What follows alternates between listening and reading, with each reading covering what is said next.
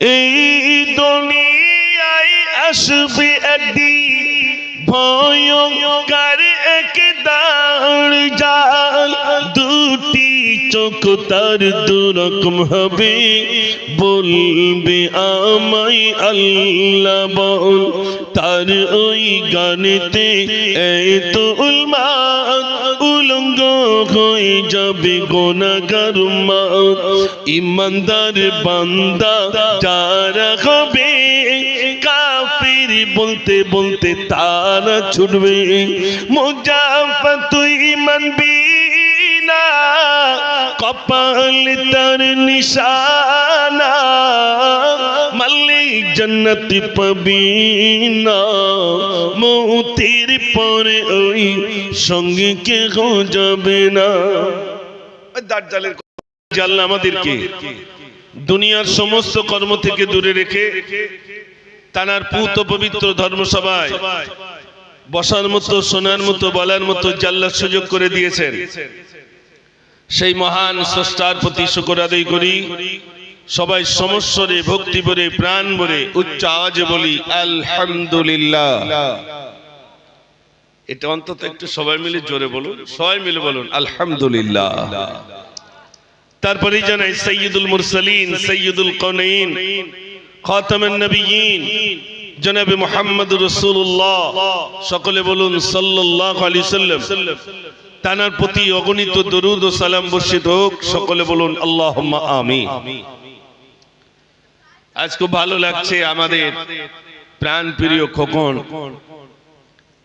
তার আমন্ত্রণে আল্লাহ রাব্বুল আলামিন এ পর্যন্ত এনেছেন এবং তানার ভাইজানেরা মিলে এই সুন্দর জলসা দিয়েছেন আব্বাজানকে কেন্দ্র করে, তাই তো নাকি? এটা হ্যাঁ না বলেন? জি, আব্বাজান দুনিয়া থেকে বিদায় হয়েছেন, সেটাকে কেন্দ্র করে প্রতি বছরই জলসা দিয়ে থাকেন আলহামদুলিল্লাহ। এ পর্যন্ত সন্ধ্যা থেকে নিয়ে বহুমুখী আপনারা আলোচনা শুনেছেন।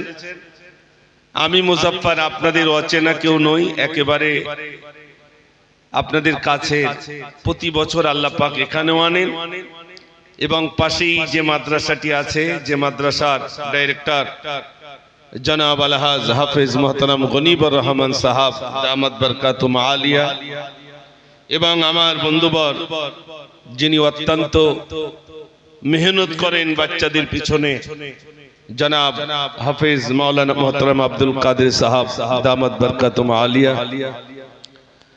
তানাদের অক্লান্ত পরিশ্রম আল্লাহ রাব্বুল আলামিন যেন কবুল করেন, সবাই বলুন আমিন। আল্লাহ পাক আমাকে এখানে এনেছেন প্রতি বছরের ন্যায় এবছর আপনাদের কাছে আসতে পেরেছি। আমি স্বল্প আলোচনা রাখবো, আজকে আমাকে বলে দিয়েছে একটু গজল বেশি করে বলতে হবে, বলবো ইনশাআল্লাহ। যেহেতু আপনাদের আবদার আমাকে রাখতে হয়, প্রতি বছর আল্লাহ পাক এখানে আনেন, আমি শোনাবো ইনশাআল্লাহ। তবে আগে দেখি আপনাদের মন মানসিকতা কেমন, একবার আওয়াজ দেন নারে তাকবীর। গত রাতে যদিও বৃষ্টি হয়েছিল, আজকে পানি বৃষ্টি নেই, তবে ঠান্ডা একটু গত রাত্রের তুলনায় আজকে কম না বেশি ভাই? কম, আলহামদুলিল্লাহ, অসুবিধে নাই। তাহলে অনেকেই দাঁড়িয়ে আছেন, আমার যুবক ভাইরা যদি বসেন তাহলে গজল বেশি হবে, আর যদি না বসেন তাহলে আলোচনা বেশি হবে।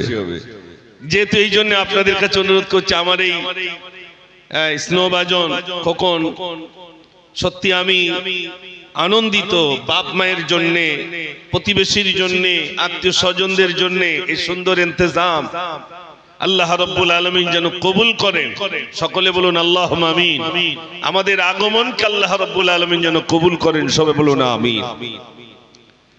ভাইরা আমার, আমাদের স্নোবাজন খোকন তার আব্বা চলে গেছে, সেই জানাজা নামাজ আমি এসেছিলাম এবং আমাকে পড়াতে হয়েছিল।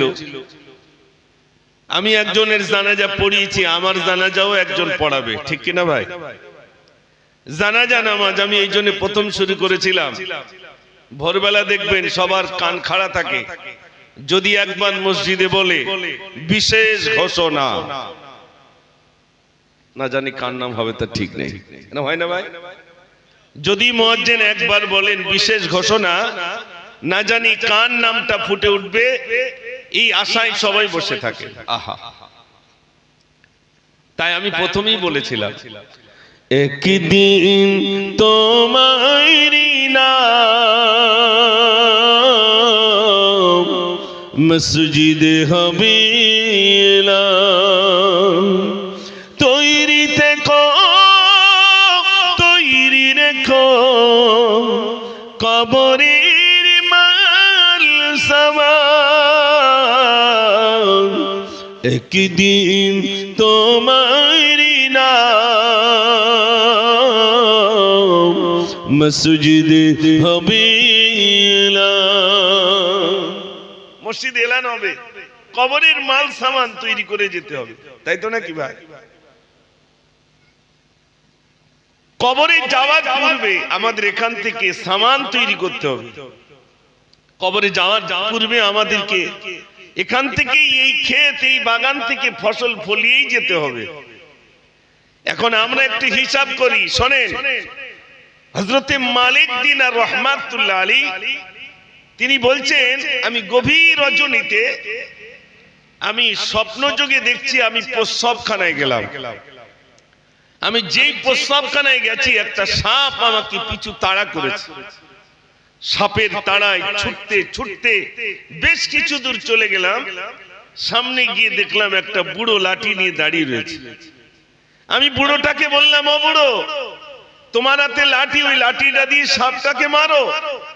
বুড়োটা কিছুই বলে না, চুপটি করে দাঁড়িয়ে। হযরতে মালিক দিনার রহমাতুল্লাহ আলাইহি বলেন, আমি ছুটতেই রইলাম আর শুধু সামনে বুড়োটাকে দেখি। এতবার বলি, বুড়োটা কিছুই বলল না। হঠাৎ দেখলাম আমার ঘুমটা ভেঙে গেল। আমি চিন্তা করলাম এমন স্বপ্ন কেন দেখলাম।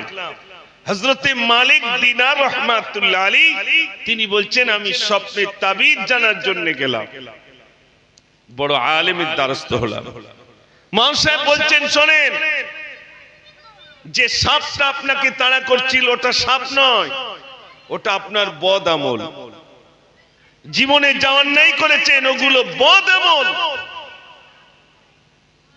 মায়েদের একটু আস্তে কথা বলতে বলেন না ভাই, একটু যদি কেউ থাকেন না, মায়েরা একটু আস্তে কথা বলেন। মা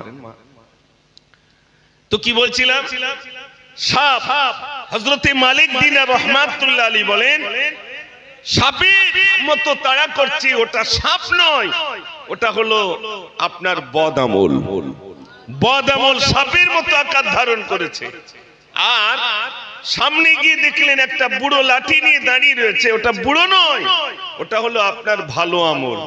ভালো আমলটা দুর্বল হয়ে গেছে, অকেজো হয়ে গেছে, বুড়োর মতো হয়ে গেছে। আর বদ আমলটা সাপের মতো হয়েছে। আমরা যারা এখানে আছি, দাঁড়ি পাল্লা ওজন করলে বোঝা যাবে।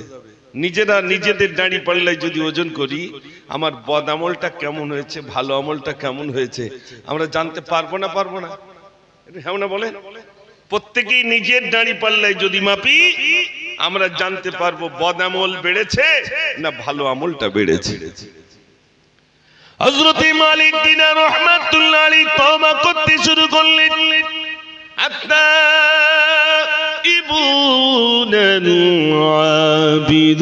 আবিদুন।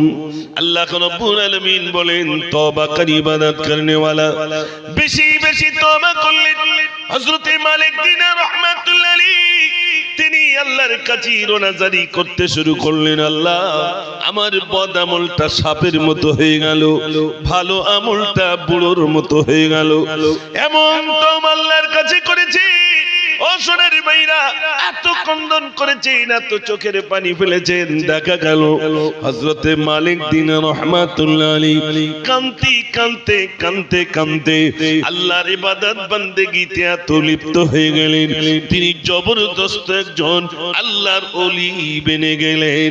জোরে বলুন না সুবহানাল্লাহ। আমরা অন্যের জন্য কতদিন কেঁদেছি ভাই। মক্কা শরীফে একটি পাহাড় আছে, জানেন? আরাফাতে একটা পাহাড় আছে, ওই পাহাড়টার নাম হলো জাবলে রহমত পাহাড়। জাবল মানে হলো পাহাড়, রহমত রহমতের পাহাড়। কেন রহমতের পাহাড় নাম হলো? হযরত আদম আলাইহিস সালাম ওই জায়গায় দাঁড়িয়ে একদিন নয়, দুদিন নয়, কেউ লিখেছেন 300 বছর আর কেউ লিখেছেন 350 বছর কেঁদেছেন। একটা লাগছিস, অন্যায়ও বলা যাবে না, শুধু ওই গন্ধম ফল খেয়ে ফেলেছিলেন বলে আদম নবী 300 থেকে 350 বছর আল্লাহর কাছে কেঁদেছেন। আর আমরা যা সর্বনাশ করতে, যে আমরা কাঁদি বলে মনে হয় ভাই, হ্যাঁ না বলেন? কবরস্থানে দোয়া হচ্ছে, তাও চোখে পানি নেই, পানির দরজা বন্ধ হয়ে গেছে, চোখ দিয়ে পানি পড়ে না। আল্লাহ রাব্বুল আলামিনের জন্য বলেন, ইয়া আইয়ুহাল্লাযীনা আমানুত্তাকুল্লাহ, এ বিশ্বাসীগণ, আমার বান্দারা, তোমরা আমাকে ভয় করো, আমাকে ভয় করো। আল্লাহর ভয় কোথায় ভাই? কবরস্থানে গিয়ে হাসছে, এ ক্যান্সারে মরেছে, স্ট্রোকে মরেছে, ও মানে ছেলে ভালো ডাক্তার দেখায়নি তো, না তো কি হতো আল্লাহই জানে, ভালো ডাক্তার দেখায়নি এই জন্য মরেছে। বলে না বলে না ভাই? বলে। সোনার ভাইরা আমার, মরণ থেকে কেউ বাঁচতে পারেনি আর পারবে না, মৃত্যুবরণ করতেই হবে, রেহাই নাই আগে আর পরে। ও সোনার ভাইরা আমার, আমি আপনাদের কাছে বলছিলাম, হযরত আদম আলাইহিস সালাতু ওয়াস সালাম আল্লাহর কাছে কেঁদেছেন, রব্বানা যালামনা আনফুসানা ওয়া ইল্লাম তাগফির লানা ওয়া তারহামনা লানাকুনান্না মিনাল খাসিরিন। আল্লাহর কাছে তরুণাচারী করেছেন, চোখের পানি ফেলেছেন, কাঁদতে কাঁদতে 1 বছর নয়, 2 বছর নয়, 300 থেকে 350 বছর আল্লাহর কাছে কেঁদেছেন। কাঁদতে কাঁদতে এবার বলছেন, ও গো আল্লাহ, তোমার নামের পাশে যে নাম রয়েছে, ওই নামের ওসিলায় আল্লাহ তুমি আমার লাগজিসকে ক্ষমা করে দাও। আল্লাহ রাব্বুল আলামিন বলেন, আদম, আমার নামের পাশে যে নামটা তুমি কেমন করে দেখেছো বলো?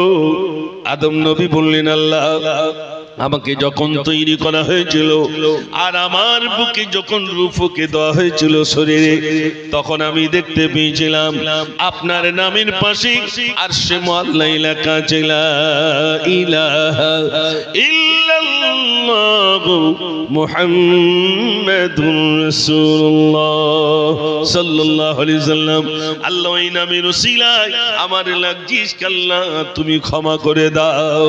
জোরে বলুন না সুবহানাল্লাহ। পিতা যদি কাঁদে এতদিন, আমরা সেই পিতার সন্তান, তাই তো নাকি? তা বাপ যদি কাঁদে একটা লাগজিসের জন্য, ভুলও বলা যাবে না, তাহলে আমরা কতদিন কেঁদেছি ভাই? প্রতিনিয়ত অন্যায় হচ্ছে না, হচ্ছে না? একটু জোরে বলেন, এত পরিমাণ অন্যায় করে ফেলছি। ও সোনার ভাইরা, আমি গজল ও সালাম একটুখানি শোনো। ইমাম গাজ্জালী রাহমাতুল্লাহ আলাইহির কাছে এক যুবক চলে গেছে, হুজুর আমি একটি স্বপ্ন দেখলাম। কি স্বপ্ন দেখেছো? হুজুর আমি গভীর রাতে স্বপ্ন দেখলাম, গভীর রাতে স্বপ্ন দেখলাম একটা বাঘ আমাকে তাড়া করে নিয়ে যায়। বাঘের তাড়ায় ছুটতে ছুটতে আমি বহুদূর চলে গেলাম। সামনে গিয়ে দেখলাম একটা দড়ি ঝুলছে, রশি ঝুলছে। ছুটে গিয়ে ওই দড়িটা ধরলাম। যেই না আমি দড়িটা ধরলাম, নিচের দিকে দেখলাম বিরাট বড় একটি গর্ত রইল। আমি গর্তের দিকে লুকাবার জন্য চলে গেলাম, কিন্তু বাঘ ছুটে ছুটে সেই গর্তের সামনে চলে এলো। আমি গর্তের ভিতরে লুকিয়ে রইলাম বটে, কিন্তু গর্তের নিচের দিকে তাকিয়ে দেখি বড় বড় সাপ আর পোকামাকড়। আমি আর নিচেই যেতে পারি না, নিচেই সাপ আর পোকা। উপরে তাকিয়ে দেখলাম শুধু বাঘ রইল। আমি না উপরে যেতে পারি না নিচেই যেতে পারি, উপরে বাঘ আর নিচেই হলো সাপ। আমি গর্তের বাম দিকে তাকিয়ে দেখলাম বিরাট বড় একটি মৌচাক। ওই মৌচাকে শুধু মধু ভরা, শুধু মধু ভরা। আমার মনে মনে হচ্ছে আমি একটু মধু সংগ্রহ করি, আমি একটু মধু খাই। কিন্তু আমি নজর করে দেখলাম যে দড়িতে আমি ঝুলছি, ওই দড়িটা কাটার জন্য দুটো ইঁদুর এলো। একটা সাদা ইঁদুর আর একটা কালো ইঁদুর। দুজনে কুরকুর করে আমার দড়িটা কেটে দেয়। সাদা ইঁদুর কখনো কাটে, কখনো কালো ইঁদুর কাটে। হঠাৎ করে দেখলাম আমার দড়িটা যেই না কেটে গেল, আমি নিচের দিকে পড়ে যাব, হঠাৎ আমার ঘুমটা ভেঙে গেল। হুজুর বলুন বলুন কি স্বপ্ন আমি দেখেছিলাম? হুজুর বললেন, বাবা যে বাঘ তোমাকে তাড়া করে আনছিল ওটা বাঘ নয়, বাঘ নয়, ওটা হলো হযরতে আজরাইল আলাইহিস সালাতু ওয়াস সালাম। তোমার জান কবজ করার জন্য ছিল। তুমি ছুটে গিয়ে বিরাট একটি রশি ধরেছিলে, দড়ি ধরেছিলে। ওই দড়িটা অন্য কিছু নয়, ওটাই হলো বাবা তোমার হায়াত নামক দড়ি। ওটা তোমার জীবন নামক দড়ি। নিচের দিকে তাকিয়েছিলে, বড় বড় সাপ পোকামাকড়, ওটা অন্য কিছু নয় বাবা, ওটা হলো তোমার কবর। আর বাম দিকে তাকিয়েছিলে, দেখছিলে বিরাট বড় একটি মৌচাক, তাতে শুধু মধু ভরা, ওটা অন্য কিছু নয় বাবা, ওটা হলো তোমার দুনিয়া। দুনিয়াটা মধুর মতো। আর তোমার দড়ি কাটার জন্য একটা সাদা ইঁদুর আর একটা কালো ইঁদুর কুরকুরু করে দড়ি কাটছিল। সাদা ইঁদুর মানে হলো দিন, আর কালো ইঁদুর মানে হলো রাত। রাত যায় দিন আসে, তোমার হায়াত নামক দড়িটা কুরকুর করে কাটে। এখানে আমরা যারা আছি, আমরা প্রত্যেকেই একটা করে রশিতে ঝুলছি, দড়িতে ঝুলছি। সত্য করে বলো, আমাদের দড়ি সাদা ইঁদুর আর কালো ইঁদুর আমাদের দড়ি কাটছে না, কাটছে না। একটু আওয়াজ দেন, কাটছে না? প্রত্যেক দিন কিন্তু সাদা ইঁদুর আর এই যে রাত মানে কালো ইঁদুর দড়ি কাটছে। কার যে কত তার বেঁধে আছে খবর নেই। ঝপ করে যেই কেটে যাবে, হাতের ক্ষমতা আর থাকবে না, পায়ের ক্ষমতা আর থাকবে না, চোখের দৃষ্টি শক্তি হারিয়ে ফেলবে, সমস্ত কিছু হারিয়ে ফেলবে। শরীরটাকে সামনে রেখে দেওয়া হবে, এলান হয়ে যাবে অমুকের ছেলে অমুকের আব্বা ইন্তেকাল করেছে। বলবে না? বলবে না? মরে দেখে ঘরে আর রাখবে না, উঠোনে রাখবে। বৌমা বলবে আমার ভয় লাগে। সাদের ঘর করেছেন, ঘরে তুললো না, বৌমা বলে ভয় লাগবে তাই উঠোনে রেখে দিয়ে দিল। ওখানে তো ওইবার লেজাস করে। ঠিক বলছি না ভুল বলছি? বাপটা মারা গেল, ঘরে আর তুললো না, গোসল দেওয়ার লোক নেই, ঠিকাদার খোঁজ কারা গোসল দেয়। এই অমুকের বল সে গোসল দেওয়ার লোকের ডাক শিগগিরি। আর সে যদি মরে যায় আর কি গোসল দেবে তার ঠিক নেই। গোসল দেওয়ার লোক ডাকা হলো, আসলো, আর ছেলে কেঁদে যাচ্ছে। ছেলে বলছে খোকা চলো তুমি একটু পানি টানি ঢেলে দেবে। ছেলে বলছে আমার ভয় লাগে। আমার কথা রাগ করলে হবে না ভাই, আজ কটা লিক সারাই করবো, তারপর হাওয়া দেবো ইনশাআল্লাহ। রাগ করলে হবে না, একবার আওয়াজ দেন জোরে, নারে তাকবীর। এরম ছেলে আছে না নাই? ছেলে বলছে আমার ভয় লাগে, আমি যাব না। আর বাপ মনে মনে করছে ছেলের জন্য 10 বিঘে জমি করলো, 3 তলা বাড়ি করলো, কোটি কোটি টাকা ব্যাংকে রাখলো, ছেলের বুলেট গাড়ি কিনে দিল, আর যাওয়ার সময় ছেলে একটু গোসলও দিল না। ঠিক বলছি না ভুল বলছি? আরো মেম্বার এসে বলছে তোর বাপের বয়স কত? তা যদি বলে 50 কি 52, বলে তাড়াতাড়ি কাগজ জমা দিয়ে 2 লাখ পাবে।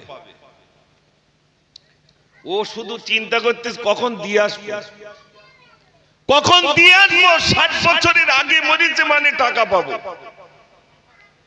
সে সব মেম্বার এখন, শুধু ও তো গ্রামের মেম্বার, আমরা সবাই মেম্বার বাড়ির, তাই তো নাকি? মাশাআল্লাহ। শোনেন ভাইরা, তো বলছিলাম আপনাদের কাছে, মানুষ মারা গেলে আহা কবর খোঁড়ার লোক নেই, বাঁশ কাটার লোক নেই, লোক পাওয়া যাচ্ছে না। আর যেই আপনার মারা গেছে, এমনি বাপের ভাতটা তো দিত না, যেই মারা গেছে বড় ছেলেটা বলতে বাঁশ যা লাগে সব আমি দেবো, মেজেটা বলতেছে কাপড়ের কাপড় যা লাগে আমি দেবো, ছোটটা বলতে লোক কুটুম যা আসে খাওয়া আমি দেবো। আর বাপ যখন বেঁচে ছিল তখন বলেছে খোকা কোথায় যাচ্ছিস? তা বলছে আমি বসিরহাট যাচ্ছি, তা আমার জন্য একটু রসমালাই আনিস দি। তখন বড় বউটা বলছে ও বুড়ো বয়সে রসমালাই খাওয়ার শখ জেগেছে, পায়খানা করলি পরিষ্কার করবে কারা? ছেলে আর আনলো না। বাপ এবারে মৃত্যু সজ্জায় শায়িত, ঘড়ঘড়ানি আওয়াজ। বৌমা বুঝতে পেরেছে যে আমার বাপ আর বাঁচবে না, শ্বশুর আর বাঁচবে না। তাড়াতাড়ি ফোন করেছে স্বামীর কাছে, এই দেখো তোমার আব্বা সেই মিষ্টি খাতি চেয়েছিল, একটু মিষ্টি লেস। তোমার আব্বা মিষ্টি আনছে, এসে বাপের বলছে আব্বা কি হয়েছে? তা বাপ মুখের দিকে তাকাচ্ছে, কথা বলার ক্ষমতা হারিয়ে ফেলেছে।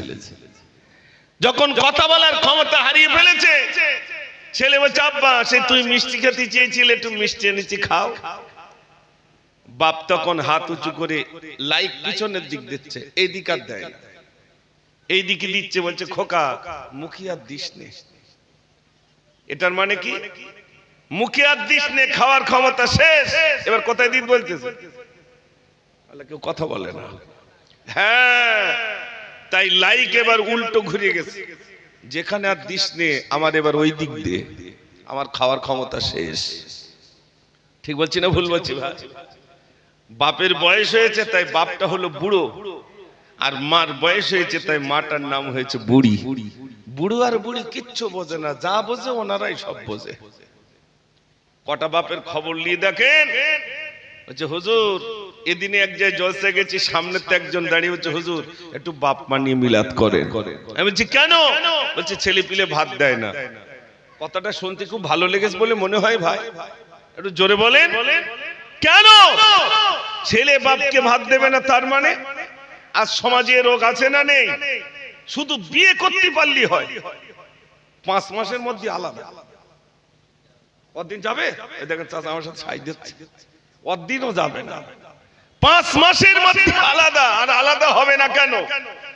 ছেলে হা করেছিল ইঞ্জিন ভ্যান নেবো, টোটো নেবো, এই বাস নেবো, লরি নেবো, ওরে সর্বনাশ, গাল হা করে রয়েছে। মেয়েটা কাঁদছে, বাপ তখন এই কাঁদছিস কেন? জামা সব গুছিয়ে গেছি দিচ্ছি, তোরও গুছিয়ে গেছি, একদম কাঁদবি না। এই মোবাইলটা নিয়ে যা, এলিবিলি করে এক কল ফোন করবি, তালপুকুরি ধরে হদ্দচরণ চুরিয়ে দেবো। ঠিক বলছি না ভুল বলছি? 2 মাস হয়নি বিয়ের পরে বাড়িতে গেছে, মেয়ের মা শুধু মেয়ের দিকে তাকাচ্ছে, মেয়েটার মনটা মরা মতো, মনে হয় কোনো কষ্ট পেয়েছে। বারবার জিজ্ঞেস করছে এই তো শাশুড়ি ভালো করে দেখে, সত্যি কথা বল। মেয়েটা বলে না, মাথা শোনে না, একটুখানি বলে ফেলে আমার শাশুড়িটা খিটখিট করে, এইটুকু বলায় বলে মার মন বুঝতে পেরেছে, হাত ধরে সোজা সকালবেলা তদবির করতে নিয়ে গেছে। সকালবেলা যখন তদবির করতে নিয়ে গেছে, হুজুর দেখে বলে সম্পূর্ণ এত তাড়াতাড়ি রুগী, কি ব্যাপার, কি হয়েছে? হুজুর আর বলবেন না। কেন কি হয়েছে? মেয়েটার বিয়ে দিয়েছিল সবে 3 মাস, মনে হয় সংসার হবে না। যে ছেলের সাথে বিয়ে দিয়েছিলাম 1টা টাকা আমার মেয়ের হাতে দেয় না, আর শাশুড়িটা তো দাজ্জাল। দাজ্জাল চেনেন ভাই? এটা হ্যাঁ না বলেন?